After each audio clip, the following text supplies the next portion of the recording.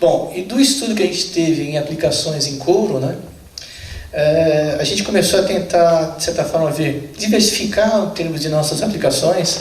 E a primeira coisa que a gente foi, de certa forma, ver, ou seja, quais seriam as informações que eu tenho hoje para novas aplicações. Então, da tecnologia que a gente tinha, Chevron, tecnologia americana, né, se tinha já a ideia de se estar utilizando polibutenos para tratamento em couro, certo? Principalmente com dispersões em borracha ou dispersões em solventes, tá? Para que você, de certa forma, melhorasse algumas propriedades de hidrorrepelência, mecânicas, tá? Dentro do couro também. E aí, junto com uma pesquisa bibliográfica que a gente fez, inclusive, com o Senai, aqui em Estância Velha também, né? A gente viu que as principais, né, as primeiras aplicações que foram feitas foi em 1955, com impregnações em couro para solados, né, curtidos em tanino vegetal. Né? Basicamente solados, sapatos, e assim vai. E as outras aplicações que a gente comentou aqui também, né? Soluções de polibutenos em água rasa mineral, normal hexano, ou então blendas com borracha naturais. E aqui a gente notou o quê? Sobre engraxamento, que existia a possibilidade do quê? De engraxamento do couro, para melhorar a flexibilidade e acabamento final também do couro, para isso, né? Bom, então com base nisso, ou seja, feita a lição de casa, viu que a gente podia, né, qual que era o nosso potencial, a gente junto com o Senai, né, a gente viu com o objetivo que avaliar qual que era o desempenho, né, dos polibutenos que são produzidos aqui no Brasil para essa aplicação em couro. O que a gente poderia ter? E por que a gente selecionou esses, né? Basicamente esses aqui, que são os grades, né, que são chamados da gente, PIB 24, 20 e 32. Eles estão basicamente com peso molecular próximos a 1000, que era o que a gente tinha de literatura. Então, bom, vamos seguir um pouco do que a gente viu em patentes e literaturas, certo? E as viscosidades aqui, elas são de meio baixa, né? Baixa até intermediárias, um pouquinho mais alta. Então também avaliar qual que seria o efeito dessas viscosidades, né? Junto às aplicações em couro também. Tá? Bom, então, nós passamos então para desenvolver em termos de metodologia quanto ao processo, né? E a ideia então foi o quê? A gente fazia o quê? Desenvolvimento experimental dessas formulações, em que a gente estaria fazendo o quê? Com que o polibuteno estaria participando das formulações de engraxe, em conjunto com outros, né? Com outros engraxantes que estão sendo utilizados também, né? Isso da pesquisa que a gente fez também. Ou seja, no mundo se utilizava assim, era-se feito assim. Então vamos, de certa forma, não vamos reinventar a roda. Vamos utilizar dessa mesma maneira. Certo? E aí a gente fez o seguinte, a gente começou a ver algumas emulsões com misturas de outros agentes engraxantes, né? Das formulações desses engraxantes aí também, qual que era a interferência do polibuteno nesses engraxantes, qual seria o comportamento final, né, desses engraxantes, e principalmente em termos de processo, porque processo é algo muito importante em termos aí de vocês, né, também. Né? Então a gente viu o seguinte, como é que esse processo estaria sendo, de certa forma, afetado em termos da demanda química de oxigênio, demanda biológica ou seja, de oxigênio, né? Em termos de engraxe, né? Se a gente teria o quê? Mais ou menos fixação desses materiais, desses produtos, né? Como é que eles estariam dentro, então, de certa forma, absorvidos nesses couros aí também, né? Teor de substâncias solúveis em água, e assim vai.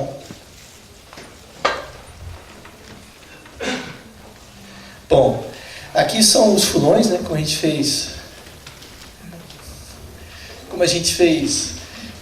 aqui no Senai. A gente fez o seguinte, a gente de certa forma elaborou primeiro na fase experimental em laboratório para quais seriam as melhores emulsões, quais seriam os melhores, né, formulações de engraxe que a gente teria colocando aí também, né?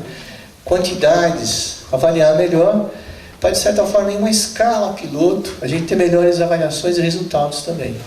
Foi essa a ideia. Então a gente primeiro utilizou de uma forma laboratorial, em escala laboratorial, para depois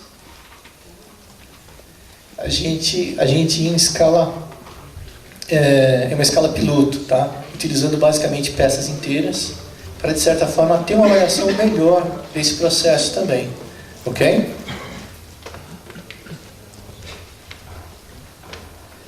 Bom, das formulações então, né, o que a gente escolheu? Uma formulação mais comum de um artigo de estofamento em um moveleiro, que poderia inclusive, com algumas adaptações, ser utilizado em estofamentos automobilísticos também, tá? E basicamente a gente, de certa forma, com todo esse processo aqui, né, onde tem engraxe aqui também, né, basicamente a adição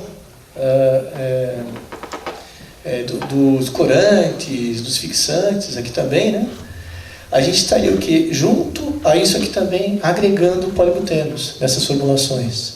Os 3 grades em quantidades diferentes, junto ali, tá?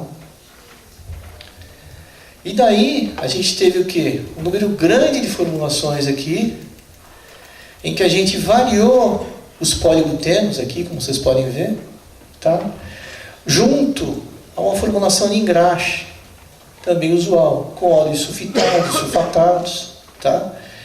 Um pouco, talvez, aqui de normalizando, de certa forma, para você afetar, ou para você melhorar a incorporação, a emulsão ficasse melhor, né? Aí também, né? Variando o teor de água aqui também, tá? Então, basicamente aquela formulação, nós pegamos aquela formulação, aqueles elementos de engraxe, nós pegamos e variamos tudo isso aqui. E fizemos esses vários experimentos, tá? Temos aqui alguns dos experimentos laboratoriais que a gente viu, se alguém depois quiser dar uma olhadinha aqui também, tá? E também as peças que a gente teve dos resultados ali também, que todos esses resultados laboratoriais foram convertidos em escala piloto. Ok?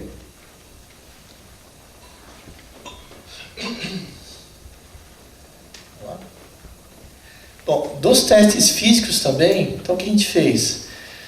Do processo, então, dos polibutenos, a gente quis entender como é que eles vão estar havendo no processo, né, dos efluentes que a gente vai estar tendo, né, desses materiais aí também, né, e do ponto de vista físico, mecânico. Utilizando todos esses testes aqui, auxílio de rasgamento, tração, teste de solidez, tal, a gente quis avaliar quais eram as propriedades mecânicas, né, que sofreriam alterações, né, tanto de caimento quanto melhora também.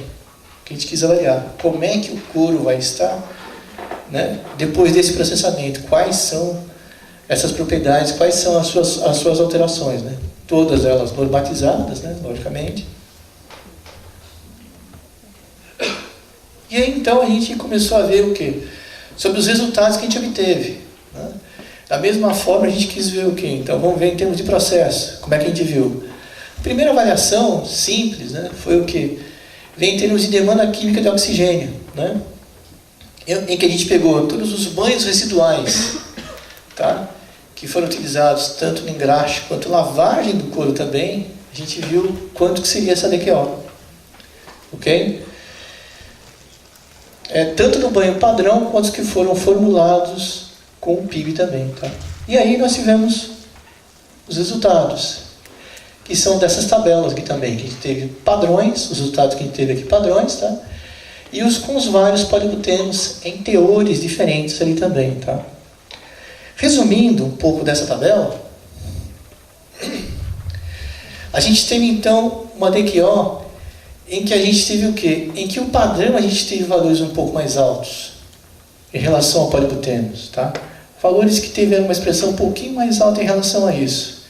Então, ou seja, polibutenos que a gente teve o quê? Todos os engraxes em que a gente teve mais polibutenos, a gente teve o quê? Um aumento significativo dessa DQO aqui também, tá? E o que era interessante, a gente viu o seguinte, em termos assim de emulsões com óleos sulfatados, a gente teve menor estabilidade. A gente começou a entender que esse tipo de solução, esse tipo de emulsão para a gente, não era tão estável. E quais seriam as soluções mais estáveis que a gente deveria trabalhar? As sulfitadas. Tá? Então a gente começou a fazer algumas conclusões com isso também. Melhor trabalhar o processo sulfitado.